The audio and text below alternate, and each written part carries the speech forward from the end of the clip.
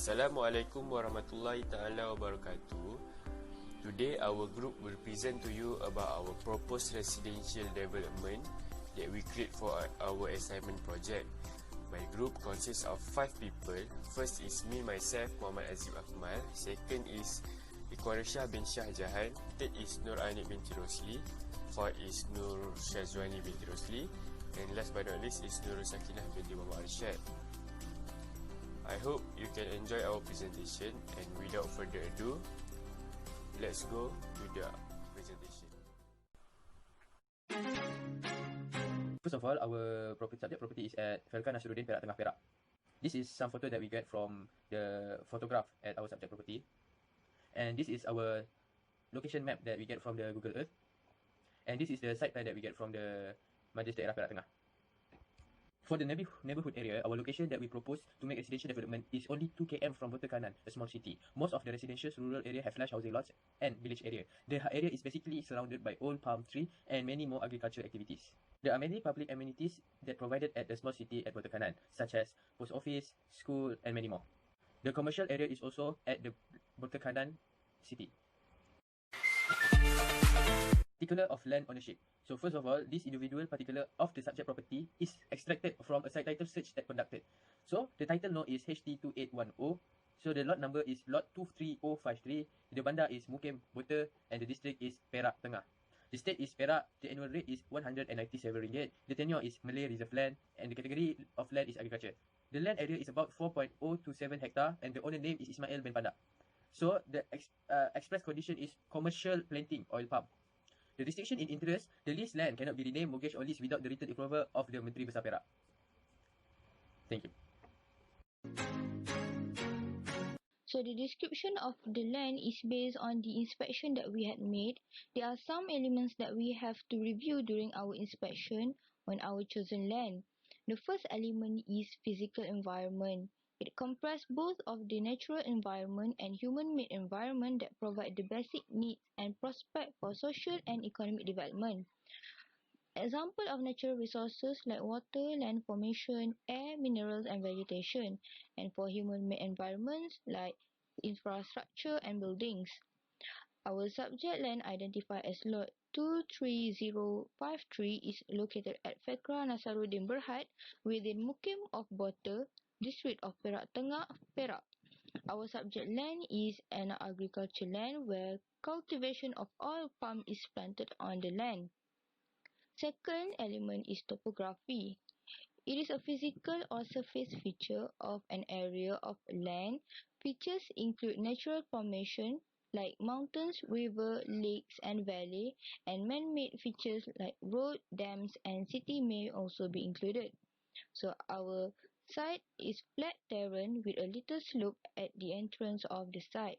The cost of development will increase slightly as slope surface will go through the process of leveling, which is through the cut and fill method. The third element are landscape. Landscape is an observable features of an area of land, its landform and how they integrate with natural or man-made features which change over time and which is made known by people's evolving perception and association that can be viewed at one time from one place. Through our inspection, there is no landscape for the subject land as most of the land is covered with oil palm vegetation. Fourth elements are geology. It understands as the earth science that deal and study with the dynamics and physical history of the earth, the rock of which is composed, and the physical, chemical and biological change that the earth has undergone or is undergoing. Category of land use is agriculture due to the geology of the soil is a peat soil, suitable for certain plantations such as oil palm, rubber tree and acacia tree. Hence, our land will be converting from agriculture to residential use as we need to construct a housing development project on the land. Fifth elements are drainage. Drainage is a process in which water leach downward from the upper soil layer to lower layer. In easy word, how the surface water is removed proper. So, proper drainage is vital because not all plants refer prefer moist condition.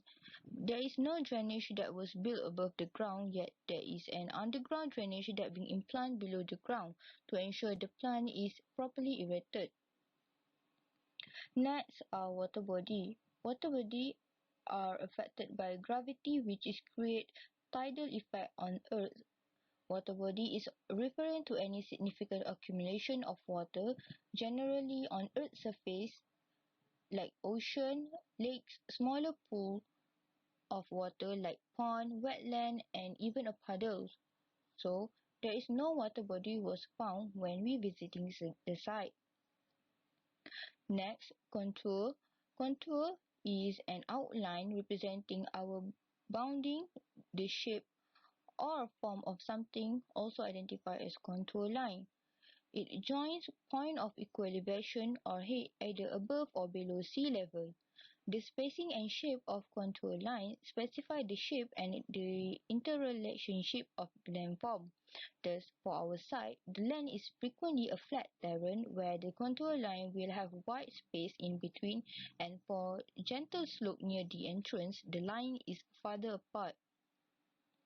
Other than that, catchment. Catchment is an area where water is collected by natural landscape. Run-off water flow to the lower point and collects into lowest areas such as river, formed by natural process. No catchment within the site, and the only natural features on the subject land is the soil itself. Next is the survey of tree and vegetation.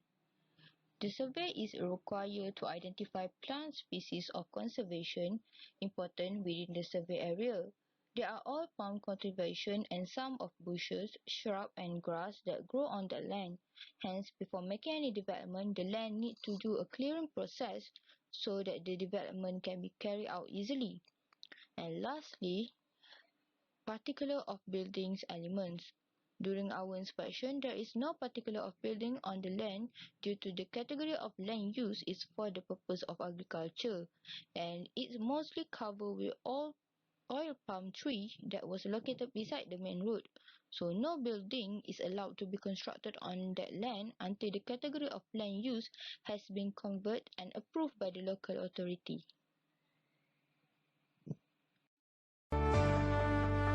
This is our land area, which is 9.95 acre, convert to square feet, which is 433,422 square feet. For our plain area, which is 70%, multiply with 9.95 acre, we got 6.965 acre. For our open space, which is 30%, multiply with 9.95 acre equal to 2.985 acres. We have 6 acre, 4 acres for low cost, and 2 acre for medium cost. For low cost, we have single story terrace and double story terrace, and for medium cost, we have single story terrace and double story terrace. For plain area, low cost equal to 4 acres, multiply with 16 units of houses, we got 64 units. And for medium cost, we have 2 acres, multiply with 14 units of houses, we got 28 units, plus 13 units equal to 41 units. For low cost single story terrace, 1 acre equal to 16 units. So we have 2 acres for end-lot, intermediate lot, and corner lot. For area, 1 acre equal to 43,560 square feet. So 2 acres multiply with 43,460 square feet, we have 87,120 square feet. For percentage, 20.10%. Lot cost double story terrace, 1 acre equal to 16 units. So we have 2 acres for end-lot, intermediate lot, and corner lot. For area, 1 acre equal to 43,560 square feet. So 2 acres multiply with 43,560 square feet, we have 87,120 square feet. So for the percentage, we have 20.10%. Medium cost single story terrace, 1 acre equal to 14 units. So we have 1 acre for end lot, intermediate lot, and corner lot. 1 acre equal to 43,560 square feet. So we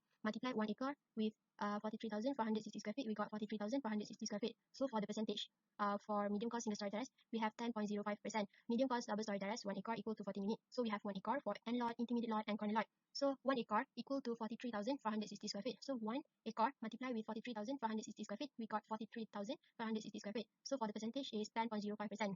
For our land area, which is 6.965 acre, minus with 6 acre, we got 0.965 acre. So 0.965 acre equal to 42,035.4 square feet. 43,560 square feet divide by 14, we got 3,111.43 square feet for 1 unit of house. So 43,035.4 square feet divide by 3,111.43, we got 13.83 unit. Okay, so we can produce 13 units of house. 13 unit multiply with 3,111.43, we got 40,448.59 square feet. So 42,035.4 square feet minus with 40,448.59 square feet, we got 1,486.81 square feet. So 40,448.59 divided by 303,395.4, multiply with 70%, we got 9.33%. So total plain area, which is 20.10% plus 20.10% plus 10.05% plus 10.05% plus 9.33%, we got 69.63%.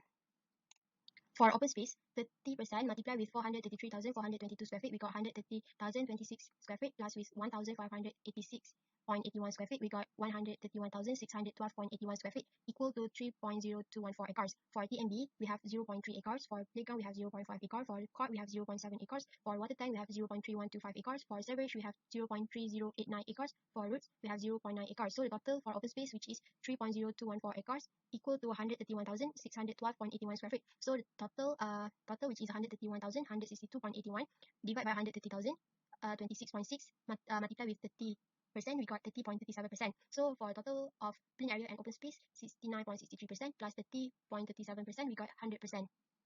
Effect on adjoining land. There are positive and negative impact on the land development itself. First, quality of the infrastructure and amenities on the surrounding area. Infrastructure and amenities like transportation, network, electricity, gas, water supply will increase and better because of the development itself. The more people live in the surrounding area, the more or better infrastructure will be. Second, population growth in the surrounding area. People migrate from one place to another place just to find a better life that will give effect on the population growth in the surrounding area. Third, business opportunity in the surrounding area. Business opportunity linked with the population of growth. When there are many business in the area, it will create more jobs for people in the area.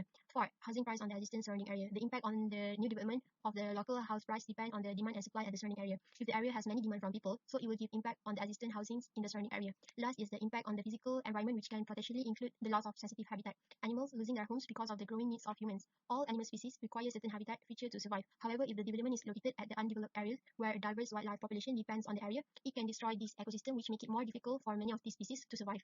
Okay, for density for residential. First, we have a low cost of single-story terrace house. We could develop 32 units of low cost single-story terrace house in the proposed development area. So we made an estimation that a house can be occupied by 5 people. So 32 units multiplied with 5 people per unit, we have 160 people. For low-cost double-story terrace house, we could develop 32 units of low-cost double-story terrace house in the proposed development area. So we made an estimation that a house can be occupied by 5 people. So 32 units multiplied with 5 people per unit equal to 160 people. For a medium cost of single-story terrace house, we could develop 14 units of medium-cost double-story terrace house in the proposed development area. We made an estimation that a house can be occupied by 5 people. So 14 units multiplied with 5 people per unit, we have 70 people. For a medium cost of double-story terrace house, we could develop 27 units of medium-cost double-story terrace house in the proposed development area. So we made an estimation that a house can be occupied by 5 people. So 27 units multiplied with 5 people per unit, so we have 135 people. The planning standard that which we have to follow is the Majlis Daerah Perak Tengah planning standard. This is because our area is at the Majlis Daerah Perak Tengah area. So the planning standard that the Majlis Daerah Perak Tengah made is the maximum density of a residential development for a low cost house is 16 unit per acre, and the level of the house is only can be 2 at max. For medium cost house is 14 unit per acre, and the level of the house can be 2 also. The single story low cost terrace house is standardized by 20 to 55 for corner lot and 16 to 60 by intermediate lot. But we use for our proposed development is corner lot 20 by 55, and for intermediate lot is 18 by 55. For double story low cost terrace house is standardized by the Majlis Daerah Perak Tengah is 20 by 55 and 16 by 60 for intermediate lot. And we follow the corner lot sizing by 20 by 55, but we lower the intermediate lot by 16 by 55. For the single story medium cost terrace house is standardized by 20 by 60 for corner lot. For the intermediate lot is 18 by 60. The development that we propose we use for the single story medium low cost terrace house is 20 by 60 for corner lot and 18 by 60 for intermediate lot.